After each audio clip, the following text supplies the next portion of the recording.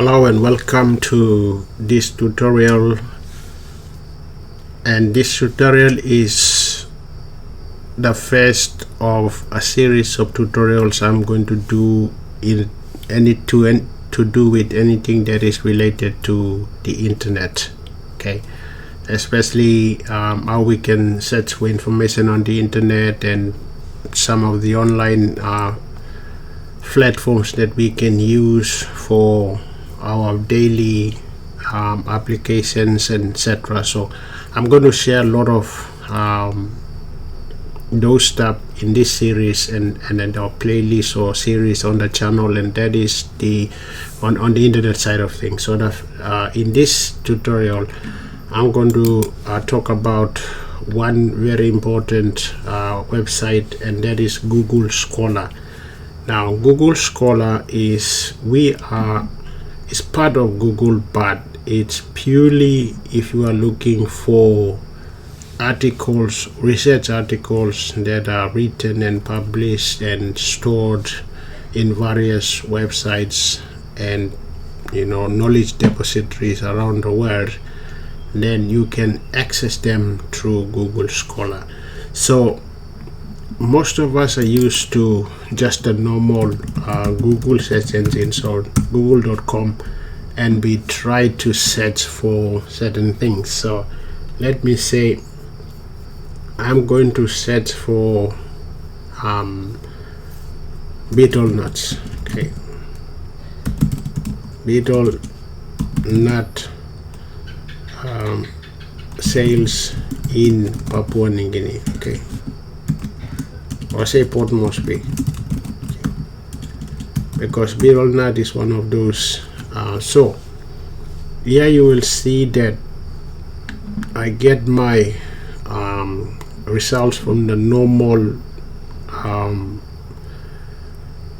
beetle nut sales in Port Moresby in the normal search engine, Google search engine, and I can get all these different articles about beetle nut selling, etc. And this one is from the national newspaper. It says beetle nut selling illegal, says Chief Justice.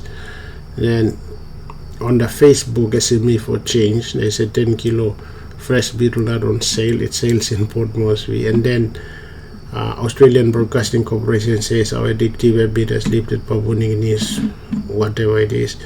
And then the daily life of a Port Moresby boy went from the policy.org article. So you can see a lot of general sources Google is pulling up, and these are very good sources, but these are just not research or published papers on sale of beetle nuts in Port Moresby.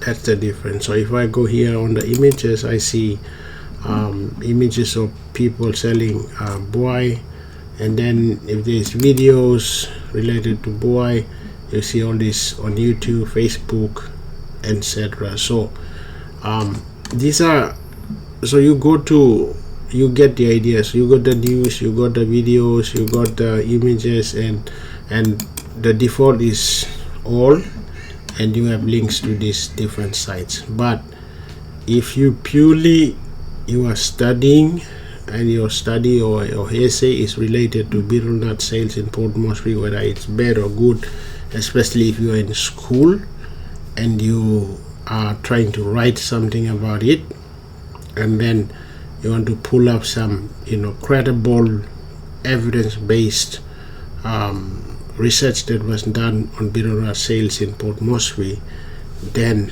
Google Scholar is the place to go, because that is where all the published papers are stored, and you can, not stored, but you can use that to reference it. So I select this topic again, just copy, I go to scholar.google.com, and the writing here says stand on the shoulder of giants. What it means is that people have already done the heavy lifting, they have done the research, they have published a paper, some may have got a PhD on beetle nut sales, who knows. So those were people who have done, and they are giants in that field, and you trying to go and stand on their knowledge, stand on their written work, and try to reference them in your work is where Google Scholar stands out. So I'll paste this one, and I will now click OK or search, and now the search engine is like more or less like an academia thing, and it says where to with Beetlenut beyond bends and sport finds, and that's an article that was written and published on PDF. And then you will also see that somebody has written a study on investigating environmental impacts of betel nut waste disposal on human behavior in Port Moresby. And then there was this also a report by food crop agronomist in 1988 about boy sales betel nut to Port Moresby, and then new dimensions emerging in Port Moresby. So these are, and you can see the citation or people that have cited this, and you can also see the cited by, meaning that this article is been cited by others in their study as well.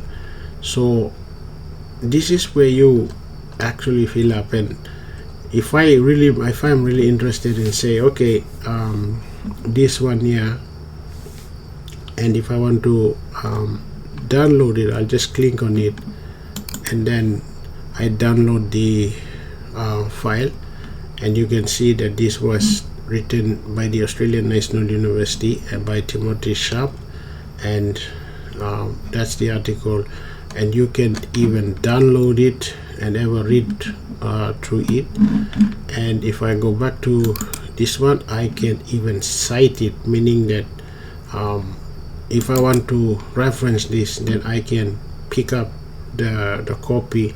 And if I have reference managers like EndNote or Reference Manager or BibTeX, those are softwares that manage like study articles or study sources. When you are doing a research and you try to compile your study and your sources, you manage them through those software. So if you have those like EndNote or so, you can just click on EndNote and you can download the file, and then you can upload it on EndNote, and then it can be stored as your reference file. And also you can just copy this and then paste it in if you are a high school student, or if you don't have any reference manager softwares, then you can just copy this. Okay, so that's why it's important to go. You can also see the time that is written, like in here it's like, okay, since 2025. So if you want to get the kind of latest publications or research that has been done into the betel nut sales in Moresby, then you can see this is by GSN, regional variation, the prevalence of communal disease in Papua New Guinea. Maybe it's to do with betel nut chewing in relation to risk factors in diseases. So then Woman and Kulau, that's written by these guys. So that's basically what I want to show you, that if you are looking for any scholarly articles and you want to find some research that has been done around your topic of research, then head to Google Scholar, and that's where you're going to find your research articles and scholarly articles, not the normal google.com that we normally. There are I mean, I'm not saying that is bad, but Google has organized all the scholarly sets with Google Scholar, and anything else is put together with scholarly articles, then they put it together in the normal Google search engine. So if you sit there and try to do normal your research or your assignment topic research in normal Google, then you might end up wasting your time going to different sources, and when you want to cite it or when you want to reference it, then it may not be credible, and which may result in you getting a low mark in your studies as well. So if you are a student and if you are doing some research for your academic purposes, I encourage you to go to Google Scholar, and that's where your scholarly articles are.